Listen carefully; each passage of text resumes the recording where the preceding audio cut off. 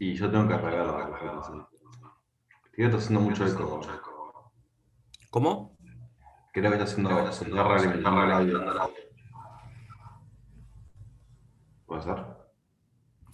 Bajo un poquito. ¿Ahí está mejor? Sí, ahí está mejor.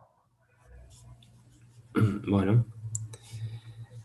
Creo que algo que no hablamos era en particular de los ejercicios del punto 3, ¿no? Me parece que explicamos el algoritmo, pero no entramos en detalle del ejercicio. ¿Puede ser? Sí, Sí, yo vi recién la terminamos, clase explicó nomás el algoritmo. No y vimos nada no explicó del ejercicio. los puntos esos.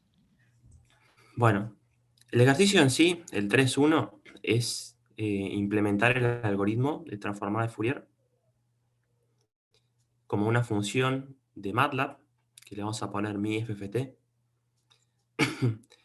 que recibe un vector que bueno, va a ser un vector que tiene que tener una cantidad de muestras que sea potencia de 2. Internamente a la función vamos a obtener el tamaño del FFT con el comando length y bueno, la salida tiene que corresponder a la DFT del vector X, ¿sí? Y numéricamente tiene que ser igual a la FFT de MATLAB, a excepción de bueno, un error del orden de 1 a la menos 10, o bueno, va a depender un poco del tamaño del FFT, pero un error muy, muy chico, que es producto de que las operaciones numéricas terminan siendo diferentes, y hay un error por el hecho de que bueno, la representación de punto flotante no es perfecta, que se va acarreando, pero es un error muy pequeño en relación a la amplitud de la señal, ¿sí? Para algo que tiene una amplitud 1, un error de 1 a la menos 10 está bien, digamos. Para implementar el algoritmo, lo que vamos a hacer es, de la presentación que vimos la clase pasada, que bueno, la voy a compartir.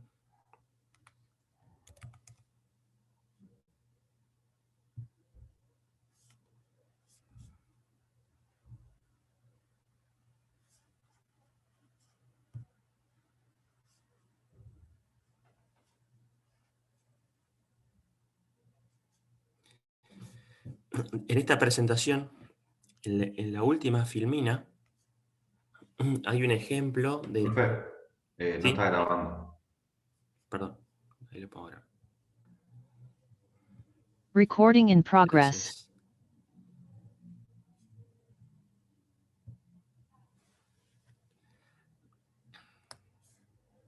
Bueno, decíamos, el 3.1 tiene el objetivo de implementar la FFT con los pasos que vimos en la clase pasada, que en sí lo que hacemos es aplicar reiterativamente la misma operación, que es la butterfly, que es una operación que tiene 2 entradas, 2 salidas y una entrada de constante, que es el factor de giro, ¿sí? Entonces, el algoritmo en sí no consiste en otra cosa que llamar sucesivamente a la función de la operación mínima, que es la butterfly. El truco está en la gestión de índices, que eso un poco lo veíamos cómo iba cambiando acá los índices que tengo que usar para alimentar a la función butterfly. Y eso está resuelto ya en cómo están estructurados estos bucles for. Que en este caso el esquema que está siguiendo es un esquema con 3 bucles for, ¿sí? Que descompone el algoritmo en, primero, bueno, la cantidad de etapas, que es el logaritmo en base 2 de n, y luego por etapa tiene la cantidad de grupos y dentro de cada grupo cuántos butterflies por grupo, ¿sí? que son los dos algoritmos internos, ¿sí? Si se fijan acá, el primer for va de 0 a log 2 de n sobre 2. Como empieza en 0, va a log 2 de n sobre 2 en lugar de ir a log 2 de n, ¿sí? Si fuera de 1, si empezara en 1, iría a log 2 de n. Entonces, este primer for está barriendo las etapas. El segundo es el for de los grupos, y el que sigue, el for de bueno, la cantidad de butterflies por grupo. Y jugando con estos tres índices, ¿sí? En este caso, como están nombrados acá en este ejemplo, step, j e i, yo encuentro cuáles son las muestras que tengo que darle a la entrada x0, la entrada x1, y luego dónde guardar la salida y0 y la salida y1, y cuál es el factor de giro que tengo que darle pasarle a la función, ¿sí? Que este factor de giro lo que hago es, para calcularlo en un vector, que acá se llama TFB, que dijimos que la cantidad de factores de giro que se usan es n sobre 2, porque después se empieza a repetir con el signo cambiado. Entonces, una de las cosas que tengo que hacer previo a esto es popular el vector TFB con los factores de giro, que no son más que los valores de una exponencial compleja que recorre el círculo unitario, ¿sí? Luego, otra cosa que no está en esta descripción de bucles es el ordenamiento en bit reverse, que eso se hace con una función de MATLAB que se llama bit reborder, ¿sí? Si yo tengo, vamos a ver,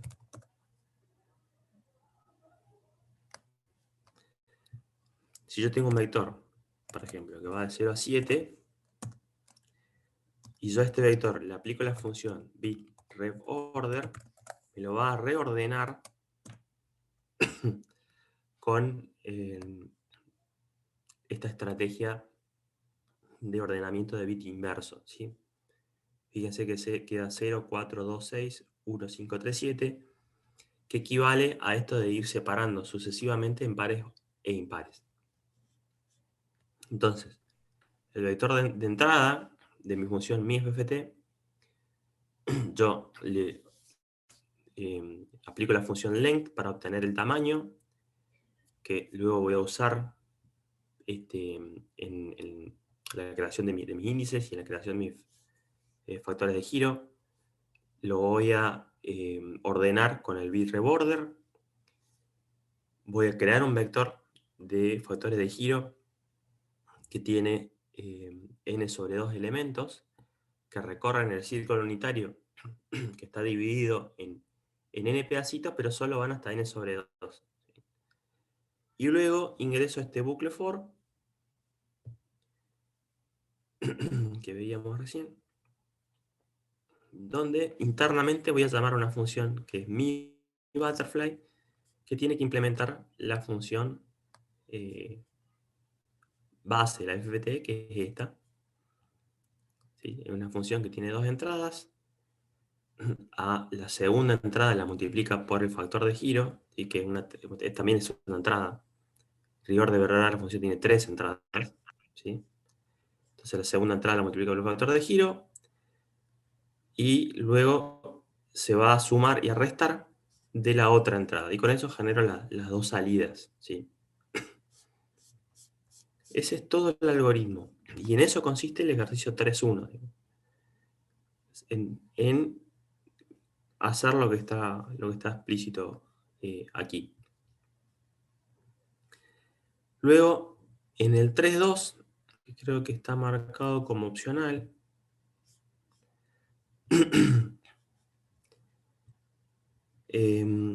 lo que se pide es hacer lo mismo, pero en lugar de usar 3 bucles, usar 2 bucles, ¿sí?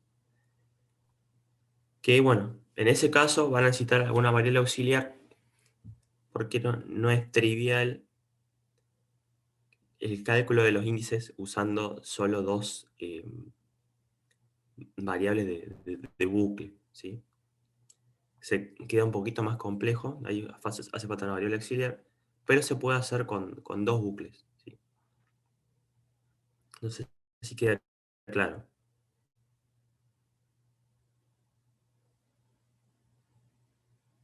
Por lo menos lo que hay que hacer. Sí, profe, se entendió. Bueno, de todos modos, la clase que viene la vamos a usar para repasar los ejercicios y bueno, hacerlos también con ustedes interactivamente. Bueno, yendo al 4, en el 4 lo que vamos a hacer es filtrado en frecuencia. En la guía 3, una de las primeras cosas que hicimos en procesamiento, bueno, luego la parte de gestión de índice, jugar con imágenes, cuando hicimos la implementación de un filtro FIR. Y ese filtro FIR lo que termina haciendo es la operación de la convolución, ¿sí? Si yo tengo un vector de entrada de n muestras y mi kernel de convolución también tiene n muestras, calcular n muestras de salida me va a llevar n al cuadrado operaciones, ¿sí? Porque por cada muestra de salida yo tengo que hacer todos los productos de mi kernel por mi vector de entrada, uno a uno, y sumar, ¿sí? Entonces el costo computacional crece al cuadrado con la cantidad de muestras, ¿sí? Eso lo hace una operación muy costosa para filtros grandes. Alternativamente, existe un método que usa una de las propiedades de la transformada de Fourier, que dice que si yo convoluciono en el tiempo, eso equivale a multiplicar en frecuencia. Haciendo uso de esa propiedad y teniendo en cuenta la ventaja computacional que me da la FFT sobre la DFT, yo puedo hacer el filtrado en frecuencia teniendo una ganancia operacional importante para filtros de varios tabs, ¿sí? Lo que me permite implementar filtros muy largos con poco costo computacional. Acá tenemos un ejemplo que me dice, bueno, si yo, de hecho, por ahí podemos ir a la presentación del FFT y repasar un poquito el costo, calcular una FFT, ¿sí? En este caso, el costo de la FFT es hacer logaritmo en base 2 de n etapas de n sobre 2 butterflies, ¿sí? Fíjese que acá tengo 8 y ahí siempre por etapa tengo 4 butterflies. Entonces siempre va a ser n sobre 2 butterflies por etapa. Y la cantidad de etapas siempre va a ser logaritmo en base 2 de n. Entonces, el total de computacional medido en butterflies es n sobre 2, que es la cantidad de butterflies, por log 2 de n, que es la cantidad de etapas. Si yo quiero hacer una convolución en el dominio de la frecuencia, tendría que agarrar mi vector de muestras, pasarlo a frecuencia, multiplicarlo por la transformada de mis coeficientes y luego volverlo al tiempo con una IFFT, ¿sí? La IFFT tiene el mismo costo computacional que una FFT. Entonces, lo que era n sobre 2 logaritmo en base 2, como tengo que hacer FFT e IFFT, ahora va a ser n, ¿sí? Entonces, medido en butterfly, tengo que hacer n por log 2 de n operaciones para ir y volver, ¿sí?, a frecuencia. Y además, n productos. Entonces, para obtener n muestras de salida, en lugar de hacer n al cuadrado operaciones, la cantidad de operaciones que voy a tener va a ser n por log 2 de n más n. ¿Sí? Esa es la cantidad de operaciones. Entonces, por muestra, yo voy a tener esto dividido n. En el caso ideal, que ya vamos a ver que no es que no se puede en realidad tener esta eficiencia. Esta eficiencia solo se da cuando mi kernel es un impulso, ¿sí? Pero es para que tengan la idea de cómo estoy midiendo el costo, ¿sí? Lo estoy midiendo acá en cómputos por muestra de salida. En el caso anterior, yo tenía n al cuadrado dividido n, lo que me da n, ¿sí? Y cuando yo ploteo eso para distintas cantidades, distintas longitudes de filtro, ¿sí? Voy aumentando a n, y la cantidad de productos que tengo que hacer, en el caso de una convolución, va creciendo al cuadrado, ¿sí? Pero en el caso de el filtrado en frecuencia, crece con n log 2 de n, que es mucho menor a un cuadrado. Y si bien al comienzo hay una zona donde hacerlo en frecuencia es más costoso, quizás aquí en el gráfico no se termina de ver, pero la curva azul empieza por encima de la curva verde. Alrededor de 20 taps aproximadamente, quizás un poquito más, ya se empieza a ver que hacer el filtro en dominio de la frecuencia empieza a ser más económico, ¿sí? Y bueno, si uno va a cantidades grandes de coeficientes, por ejemplo, ya en 120 taps la relación es de más de 3 veces, es decir, cuesta 3 veces más hacer una convolución que hacer un filtrado en el dominio de la frecuencia. Y esta diferencia, bueno, va creciendo muy rápido y es significativa para, bueno, filtros más grandes. Entonces vemos que este es un método muy útil porque muy rápido conviene ya en costo computacional frente a hacer la convolución. El problema es que algorítmicamente es un poco más complicado, ¿sí? Nosotros dijimos, para simplificar, que bueno, para tener cada n muestras de salida hacíamos un FFT. Bueno, en realidad no. ¿Por qué? Porque no podemos considerar que nuestra muestra de entrada está compuesta de segmentos independientes, ¿sí? Si yo lo paso por un filtro, el filtro va a ir mezclando muestras dentro de la longitud del kernel, ¿sí? Entonces, yo no puedo agarrar mi secuencia de entrada y dividirla en pedacitos de n, donde n es el tamaño de mi FFT, y operar independientemente de un bloque al otro. Porque hay una zona que si yo hiciera la convolución, operaría con muestras de los dos grupos.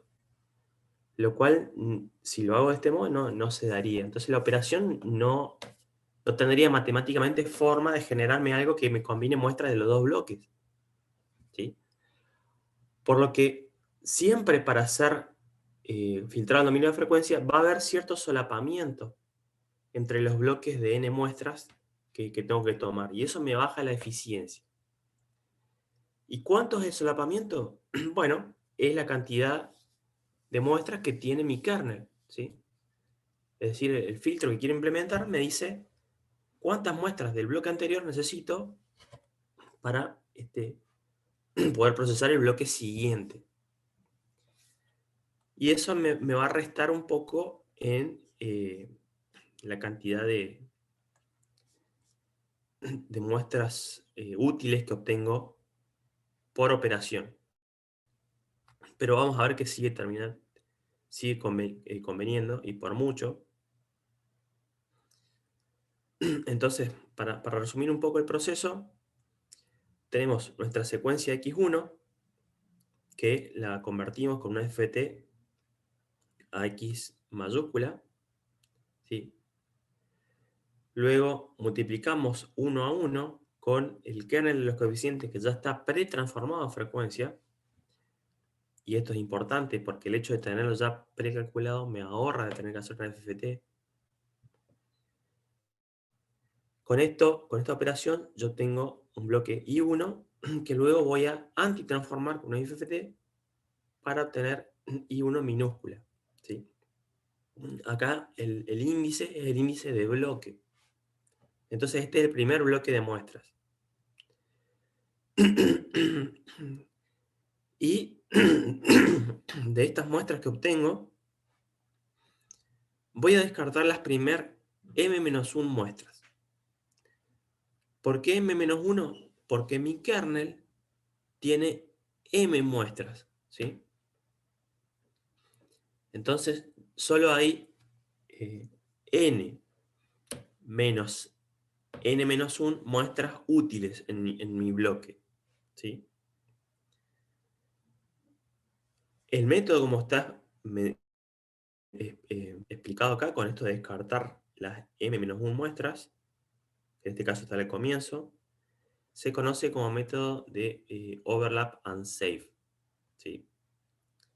El overlap es porque, bueno, los bloques que yo tomo de la entrada, estos bloques X1, son bloques que se solapan también, ¿sí? Bueno, aquí el solapamiento de entrada se muestra de este lado. Por ejemplo, del X1 al X2 va a haber un solapamiento de m-1 muestras entre las últimas muestras del bloque X1 y las primeras del bloque X2. Siempre van a estar solapadas. Por lo que la cantidad de muestras útiles que yo proceso de la entrada, ¿sí?, es este valor L que está acá, que es N, siendo N el tamaño de mi FFT, menos, entre paréntesis, M-1 muestras, donde, recuerden, M es el tamaño del kernel, ¿sí? Y con este descarte que hago, yo obtengo L muestras a la salida y con eso reconstruyo la secuencia de salida. Este método me da exactamente lo mismo que una convolución, ¿sí? Pero con un costo bastante menor. Ahora se puede discutir, bueno, no estoy sacando n muestras, estoy sacando n menos m-1, y bueno, hay un trade-off ahí. Si el filtro es muy grande, en relación al tamaño del FFT, voy a tener que hacer muchas FFT por cada muestra, o sea, por cada bloque, digamos, por pocas muestras de salida, ¿sí? Entonces eso va a tener un costo grande. De hecho, hay una relación que optimiza el algoritmo, que es cuando el tamaño del FFT es más o menos 4 veces el tamaño del kernel, ¿sí? Esta es una relación que no es matemática, es aproximada y me da una buena proporción de uso, ¿sí? No voy a tener que hacer tantas FFT por muestras de salida. Entonces, el ejercicio 4.1 pide implementar este algoritmo que está acá. Vamos a hacer una repasada. Yo voy a tener una secuencia larga de muestras que la voy a partir en pedacitos de n muestras, donde cada pedazo de n muestras se solapa con el siguiente en m-1 muestras, ¿sí? Luego voy a ir tomando sucesivamente esos bloques de n muestras, los voy a transformar con un FFT, los voy a multiplicar uno a uno con las muestras de mi kernel transformado, y luego lo voy a antitransformar. Y de la antitransformada voy a descartar las primeras m-1 muestras y voy a ir concatenando los bloquecitos de salida. ese es todo el algoritmo, ¿sí? Si quieren lo podemos hacer en vivo, no sé si se entienden, o quieren hacerlo ustedes después.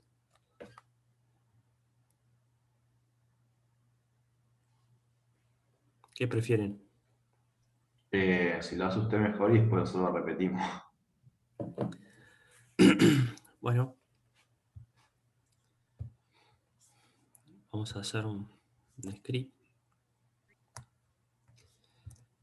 Entonces, supongo que tenemos un filtro H. Dijimos que M era el tamaño del kernel, ¿no? Y vamos a darle un tamaño, no sé, 270, ¿sí? Y vamos a hacer un kernel aleatorio, M, ¿sí? Me hice un kernel de 270 muestras acá. Y mi secuencia de entrada va a ser X, también otra secuencia aleatoria.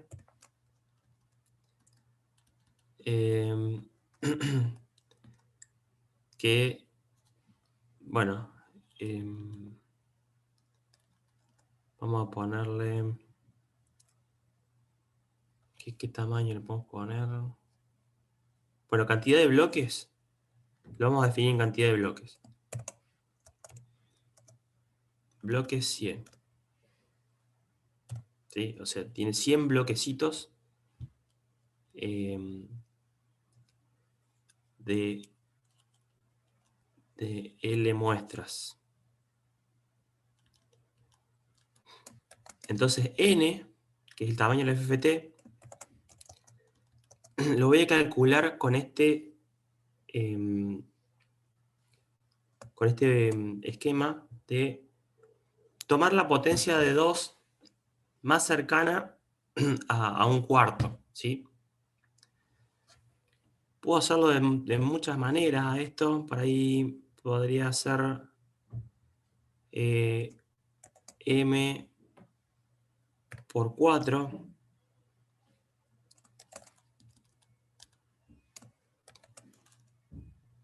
Y, a ver.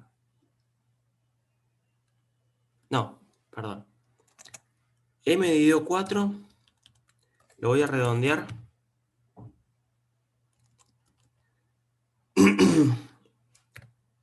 Y lo voy a multiplicar por 4, 2 veces, por 4 al cuadrado. ¿Sí?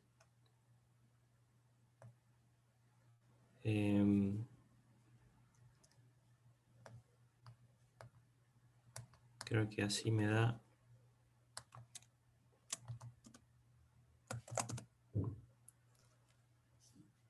no, estoy haciendo cualquier. M dividido 4 por... Está bien.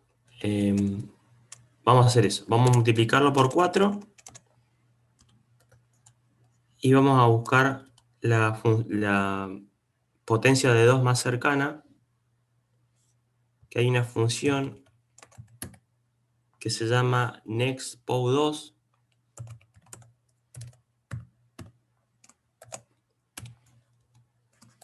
que me va a dar la potencia de 2 más cercana a este valor, ¿sí? La contra del esquema que elegí acá es que me va a dar un valor más grande, ¿sí? Fíjense, bueno, la potencia de... Esta es una potencia de 2, entonces tengo que hacer 2 a la esto. 2 a la 11 me da 2048, que está más cerca de ser 8 veces más grande que 4 veces más grande.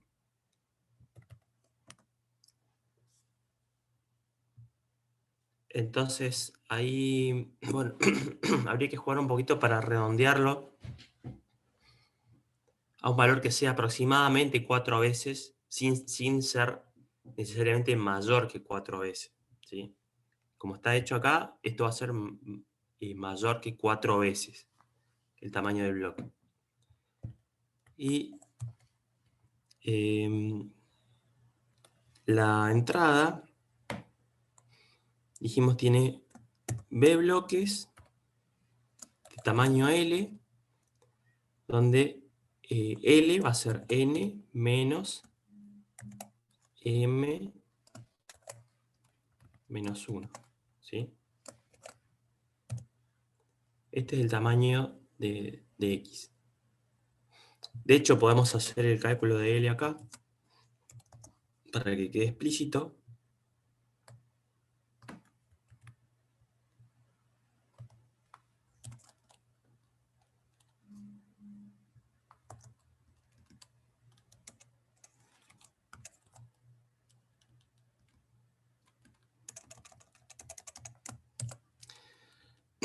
Y X va a ser B bloques de L muestras. Como dijimos, L, perdón, acá en la entrada, es N menos M menos 1. ¿Bien?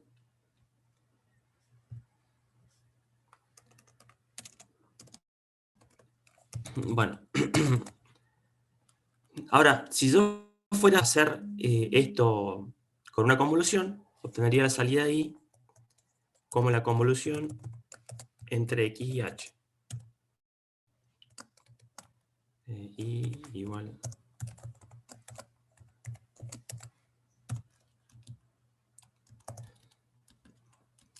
Pero ahora lo vamos a hacer procesando estos B bloques. ¿Sí? Entonces, voy a ir de I igual a 1 a B.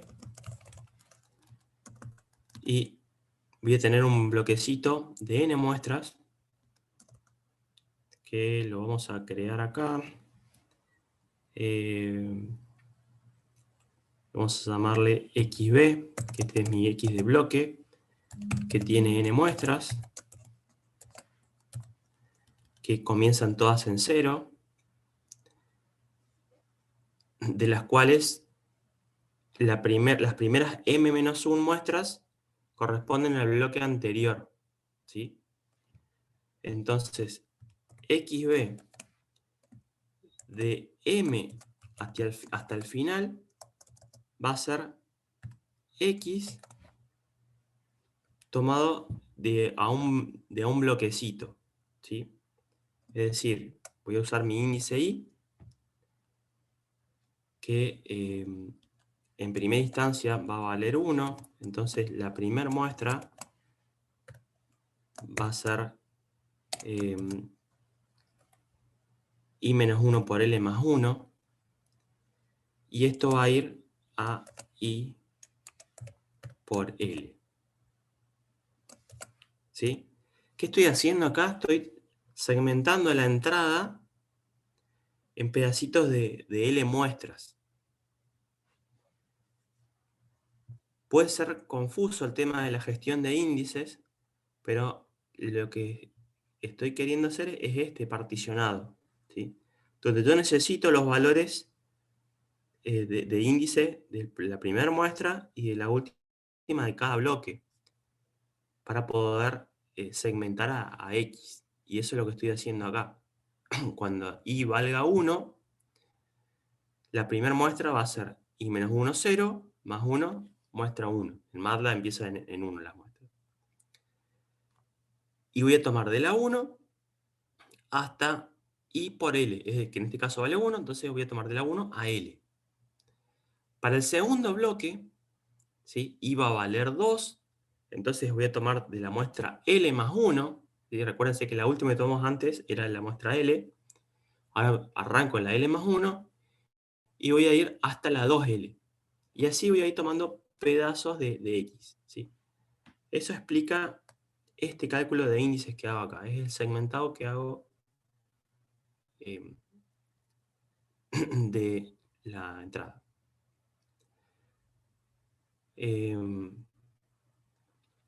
Pero eso no es todo lo que necesitamos hacer. ¿Por qué? Porque fíjense que yo siempre cargo L muestras, pero tengo M-1 que son de las últimas del bloque anterior. Entonces estas primeras muestras, las primeras M-1 muestras, las tengo que tomar de las últimas del bloque anterior. Y eso es lo que voy a hacer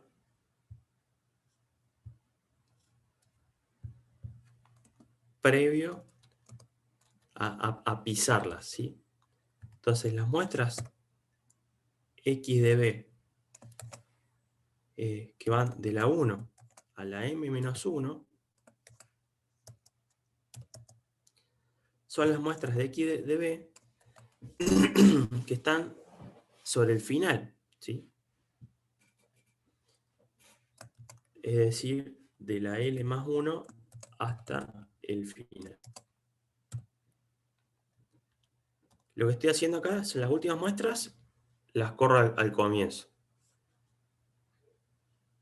para cumplir con esto, ¿sí?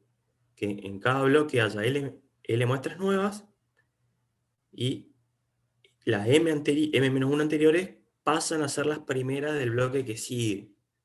Entonces, eso es como estoy trabajando sobre el mismo vector, las corro, si hago un shift, las pongo acá, y ahí después cargo las L muestras que siguen. ¿Se entiende eso?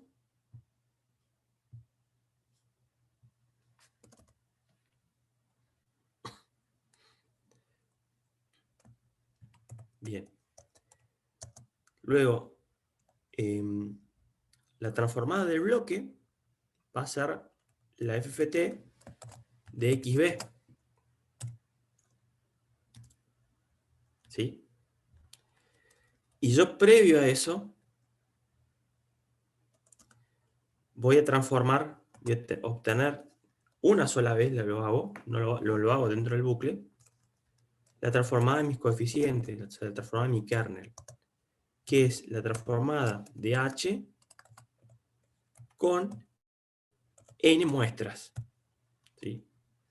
En este caso XB tiene n muestras, entonces no necesito explicitar la cantidad de muestras.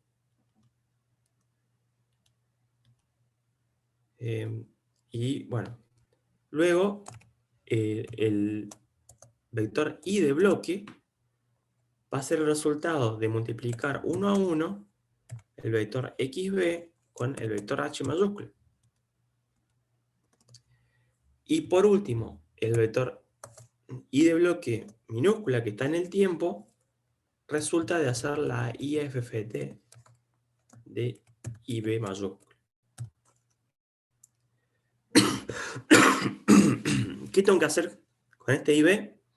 Descartar las primeras M-1 muestras para construir mi vector de salida, ¿sí?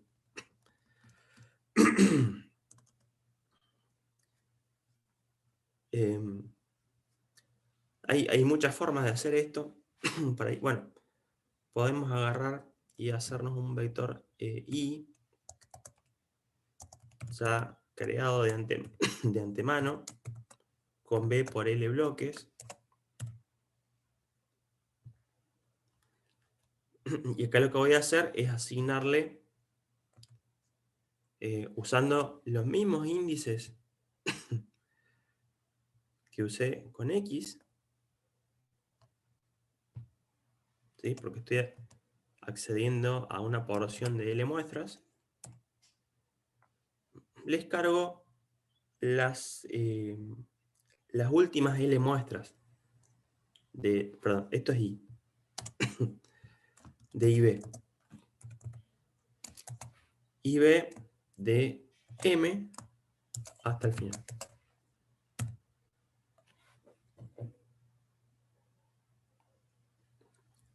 Sí.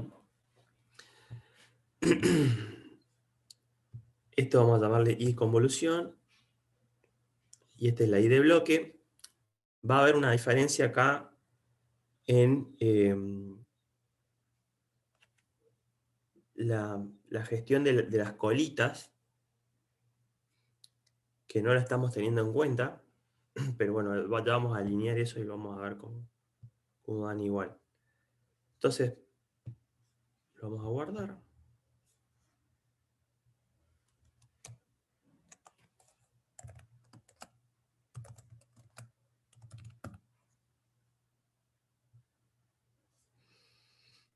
Y vamos a ir viendo que tenemos los tamaños como esperamos.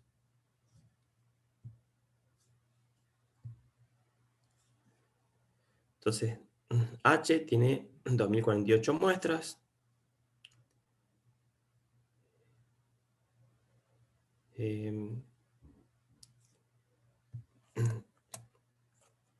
M-1 es, perdón, M-1 es 269. N menos M1 es 1779, que es justamente el valor de L, ¿sí? Entonces eso está bien.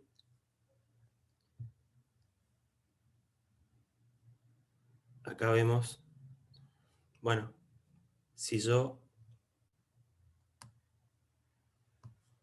hago un length,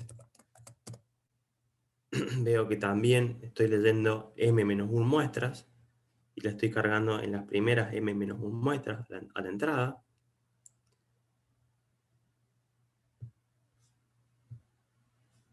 Luego puedo hacer lo mismo con esto, ver que efectivamente la porción que estoy tomando tiene tamaño L, ¿sí? Es igual a L, está bien. Esta selección también. Este juego de usar length y fijarse que los indexados estén bien es crucial, porque si no está indexado bien, esto no da lo que tiene que dar. Y finalmente, bueno, obtengo la salida, ¿sí? Si esto lo termino de correr,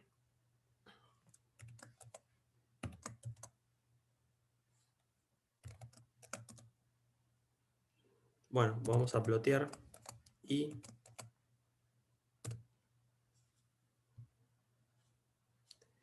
como tanto la entrada como la salida son aleatorias, el resultado es una señal aleatoria, pero tenemos este problema con las colitas, ¿sí? Si yo esto lo ploteo encima del I que obtuve con la convolución, voy a ver que tengo una diferencia.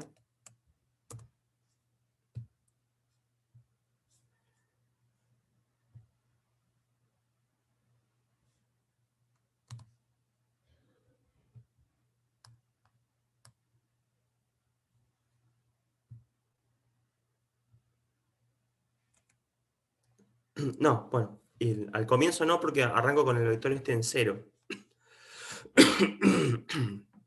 Bueno, la diferencia la voy a tener al final.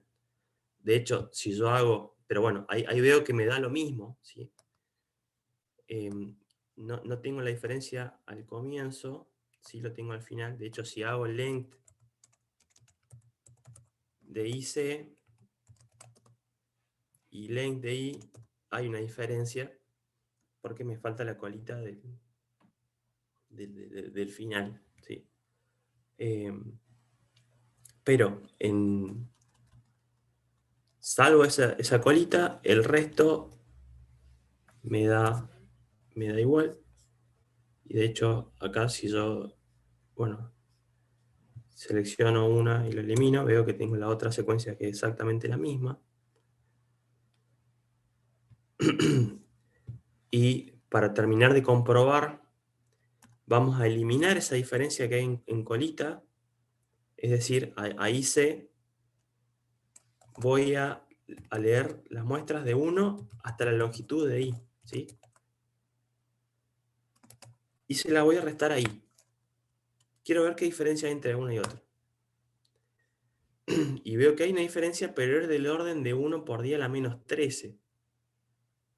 Es muy chico. Y esto es porque, bueno, las operaciones aritméticas son diferentes y acumulo error de punto flotante, ahí, pero que es de una magnitud muy, muy pequeña en relación a los valores de la señal, ¿sí? fíjense que es la media de valor absoluto, de I, es de 13, ¿sí? Y yo tengo un error acá de 1 por 10 a la menos 13. O sea, un error de 1 por 10 a la menos 14, que es muy, muy chico. Entonces, a todos los efectos prácticos, esto es exactamente lo mismo. Ahora, si ustedes comparan esta operación con hacer la convolución como la teníamos implementado en la guía 3, van a ver una diferencia en tiempo significativa, ¿sí?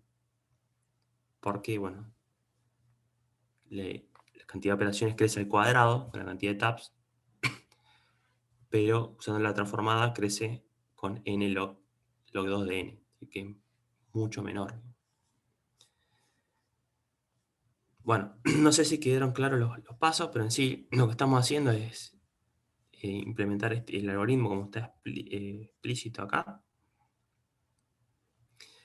Y luego lo que vamos a hacer es agarrar una señal de audio cualquiera y filtrarla con este filtro que tenemos acá. Que este filtro es una respuesta al impulso que se obtuvo de un anfiteatro. De hecho, pueden entrar acá. Es un salón de conciertos. Lo que se hizo es poner varios micrófonos y obtener la respuesta al impulso que se hace con un conjunto de parlantes de emisión omnidireccional. Quizás lo han visto en acústica o lo van a ver en acústica, que hay un altavoz que tiene forma geométrica, que tiene bocinas por todos lados, y con eso se genera una señal de tipo impulsiva, es una señal de una magnitud muy, muy fuerte y una duración muy corta, y lo que se termina grabando con un micrófono es la respuesta al impulso del salón. Si yo filtro audio con esa respuesta al impulso, es como que estoy pasando el audio a través del salón este, ¿sí? Por lo que yo lo que escucho de eso tiene la acústica de un sonido que fue generado ahí adentro, ¿sí? Por lo que esto es muy útil, y de hecho es un efecto muy usado en audio para dar sensación de que algo se está reproduciendo en vivo, por ejemplo. Se lo pasa por un filtro cuya característica es la respuesta al impulso de algún anfiteatro o de algún estadio, y darle esa atmósfera de sonido en vivo. Y en este caso, combinado con este método, se vuelve algo realizable, porque estas respuestas son muy, muy largas, ¿sí? Por eso es que es importante tener un método que nos permita hacer una convolución de una manera eficiente. Luego el punto 4.2 lo que pide es implementar el mismo algoritmo, pero con otro método que se llama Overlap and Add, que está explicado aquí. Lo van a ver en Wikipedia, es muy similar, solo que en lugar de descartar muestras de la salida, ¿sí? En lugar de solapar muestras a la entrada, las muestras se solapan a la salida con una suma, ¿sí? Esa es la diferencia que hay entre uno y otro. En general se prefiere el LoRaPAN6 porque, bueno, te ahorras de hacer la suma esta. Pero si uno va al detalle fino, no hay una relación fundamental para elegir uno sobre el otro. Sí, por ahí es más común ver aplicado el LoRaPAN6. ¿Quedó claro? Sí, profe, se entendió bien. Bueno.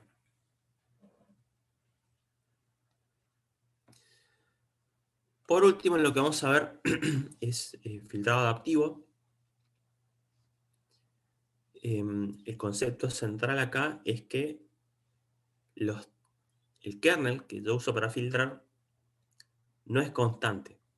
Es decir, va a variar en el tiempo.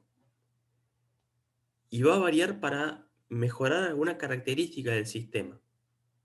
¿Sí? O sea, el filtro se va a adaptar, los coeficientes van a ir cambiando para mejorar alguna característica del sistema. Un ejemplo de filtrado adaptivo es para la remoción de eco. De hecho, todas las plataformas de conversación como Zoom o Skype internamente usan algún tipo de filtrado adaptivo que lo que hace es estimar la respuesta al impulso de todo el sistema y usarla para cancelar el eco. ¿Sí? De manera que no se produzca acople, digamos, de un lado al otro y mejorar la conversación. Ese es un esquema. También se usan en sistemas como los home theater, donde se estima la respuesta al impulso del lugar donde se está reproduciendo el sonido y se va ecualizando adaptivamente para que lo que se termina percibiendo sea lo más cercano posible a lo esperado, teniendo en cuenta que cada sala, cada living, cada comedor, donde sea que esté usado el home theater, va a tener una respuesta diferente, ¿sí? Va a tener características de eco, de absorción diferentes que necesariamente requieren que el filtro se adapte a ellos, ¿sí? En comunicaciones, que es el ejemplo que vamos a usar acá, se usa, por ejemplo, para eliminar la distorsión del canal. Parte de la distorsión, cuando uno transmite bits en algún canal, es porque el canal tiene su propia respuesta, ¿sí? Se comporta como un filtro. Y ese filtro va a depender de la distancia, bueno, de cuál es el canal en sí. No es lo mismo un canal inalámbrico que en cobre o en fibra óptica. Por dar un ejemplo, en el caso de fibra óptica, si la fibra óptica se la mueve, la respuesta del filtro que representa la fibra cambia en el tiempo, por lo que se termina implementando son filtros que van sensando esa respuesta y van ajustando los coeficientes para cancelar la respuesta propia del canal. Y lograr que lo que se recibe, es decir, los bits que se reciben del otro lado, sean lo más cercanos posible a los bits que se transmitieron. Por supuesto, hay un agregado de ruido que el sistema no puede anticipar, no puede eliminar el ruido, pero sí puede cancelar la parte que es determinística del sistema, que es la parte de filtro, propiamente dicho. Entonces el esquema que vamos a tener es un esquema como este, donde tenemos una secuencia X que pasa por un canal, que tiene una parte que es determinística, que es HDN, es la parte de filtrado, una parte que no conocemos, que es el ruido agregado, y luego se va a procesar con un ecualizador que tiene estos coeficientes h sombrerito de n, que van a ser tales que cancelen al filtro h. ¿Sí? No siempre es posible la cancelación, pero van a buscar minimizar el efecto de h tanto como sea posible. Y lo van a hacer en función de algún criterio, ¿sí? Que es esta señal de error que tengo acá. Entonces, la salida de mi filtro adaptivo, este x sombrerito de n, se va a restar de una señal de referencia d de n para tener otra señal que es la señal de error, que se usa para ajustar los coeficientes. Es decir, yo a esta señal la comparo con una referencia, tengo un error y con eso ajusto los coeficientes. Ahora, esto puede ser de muchas maneras. Por ejemplo, yo podría transmitir un patrón conocido que sé cuándo me llega porque tiene algún esquema que me permite sincronizar y saber cuándo tengo el patrón conocido. Entonces ahí simplemente resto la secuencia de entrada alineada con el patrón que espero recibir, con eso tengo el error, ¿sí? Ese caso se conoce como compensación con símbolos piloto,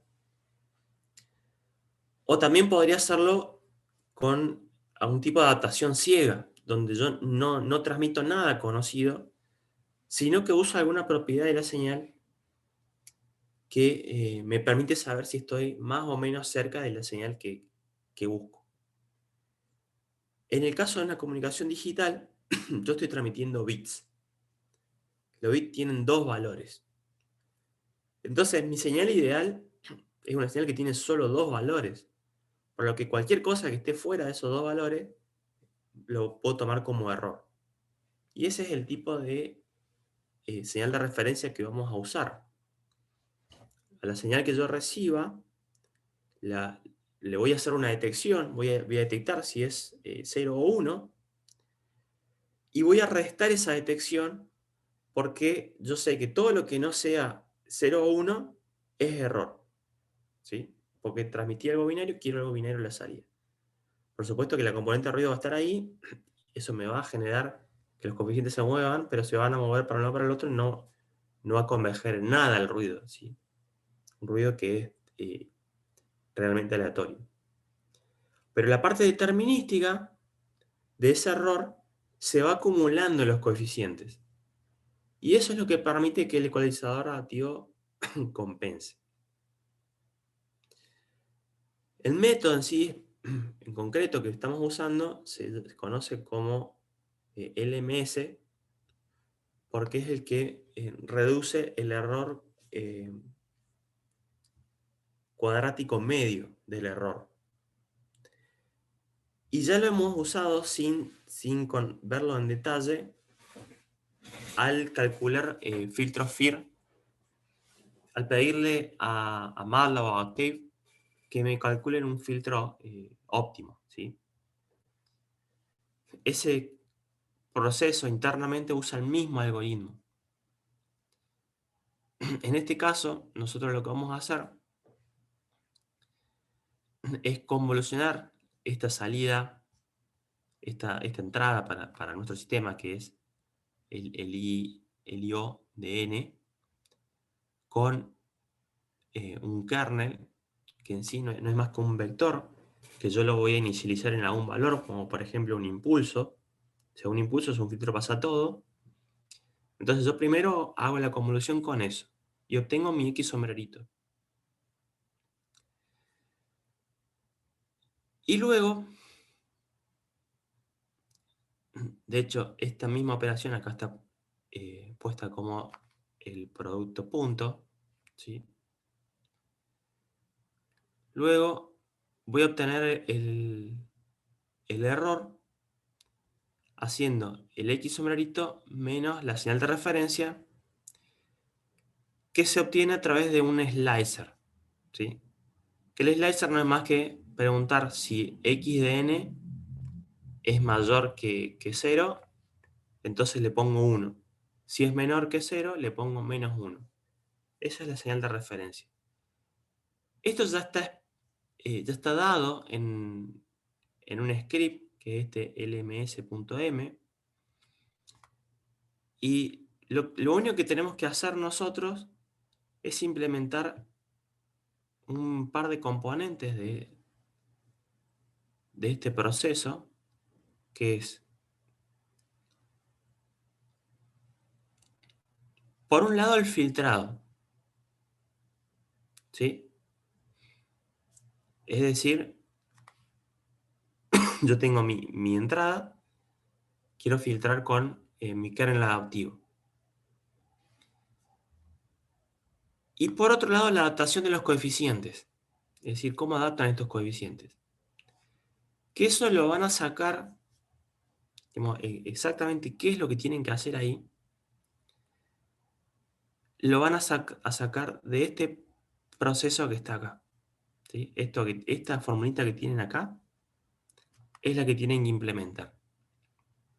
Donde, en definitiva, lo único que hago es, yo a mi vector de kernels le voy a restar el error multiplicado por la entrada del filtro,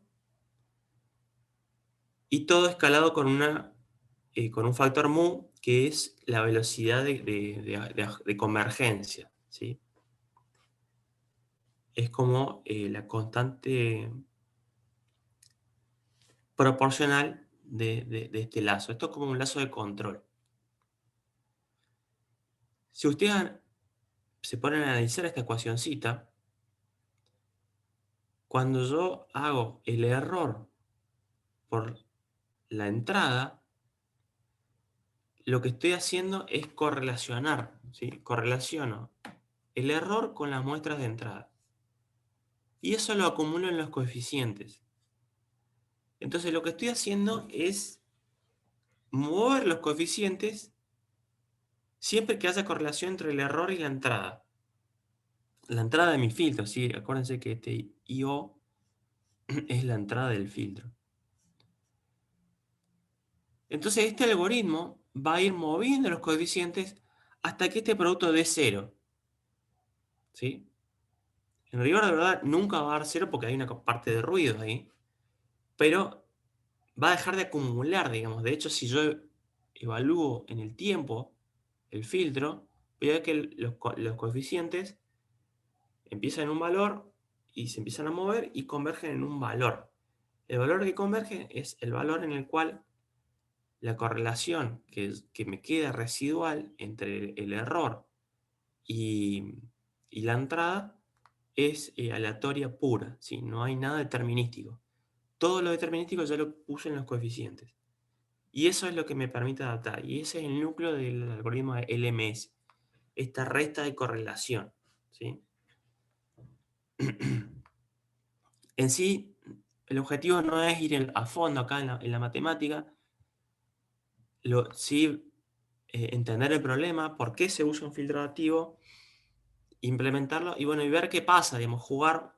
De hecho, cuando lo implementen, van a ver lo que termina realizando esto, que no estoy seguro si tengo a mano el ejercicio resuelto para mostrarles qué es lo que deberían ver.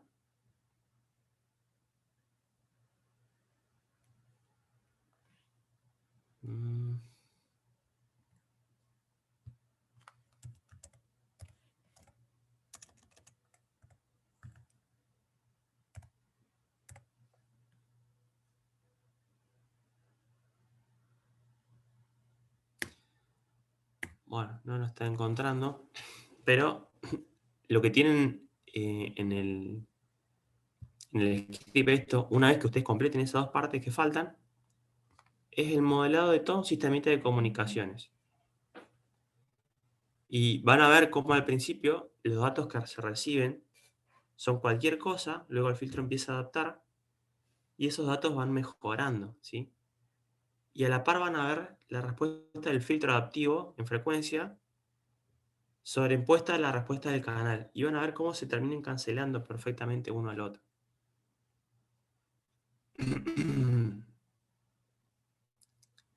Así que el objetivo en este caso es jugar nomás con filtros adaptivos.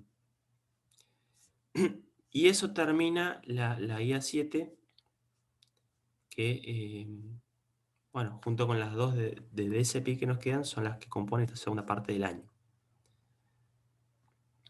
¿Alguna duda?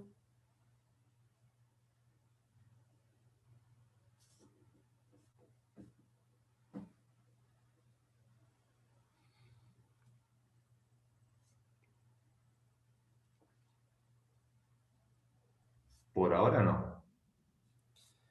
Bueno, lo que vamos a hacer la clase que viene es con, bueno, ayuda de alguno de ustedes,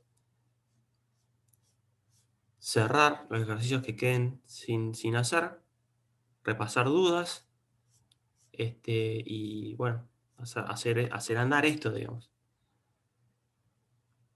Esta es una guía que, bueno, a mi entender es de las más interesantes, así que en lo posible traten de hacerlas, ¿sí? Bueno, eso sería Profe, todo por hoy. con el tema de la placa, ¿cómo vamos a hacer al final? Bueno, algunos chicos sé que ya se han puesto en contacto con gente del año pasado y han recibido las placas. Las que tengo yo todavía las estoy probando y tratando de tener la mayor cantidad posible andando. Em, Antes de empezar la guía que viene, bueno, que es la que dimos anteriormente, la guía 5, vamos a poner un día en el que las van a venir a retirar. Si no puede, alguno no puede retirarla, la retira un compañero y bueno, después se la da. Eso lo vamos para una planilla para ver quién tiene cada placa y se la llevan a su casa. La placa solo se programa con un cable micro USB, así que no necesitan nada extra. Quizás para la parte de audio serviría tener una protoboard donde vamos a implementar un circuitito ahí que, bueno, que el kit este en sí no tiene, pero es de acomodar la continua, ¿sí? La salida que tiene la placa está referenciada a DC y hay que pasarla por un capacitor para hacer la continua. Y a la vuelta hacer el proceso inverso, digamos, le va a poder sumar una continua para dársela al ADC de la placa. Eso lo hacemos en una protoboard. Pero bueno, no necesitaría nada extra, ¿sí? Bueno. Eso sería ya principio de octubre. Sí, la clase que viene es todavía de esta guía, que la vamos a repasar. La idea es que, bueno, la termine de entregar en el fin de semana ese que sigue, al viernes que viene. Y el otro viernes sí arrancar con el DSPIC.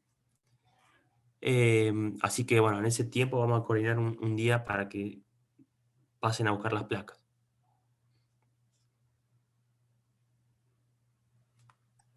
Bueno, perfecto entonces.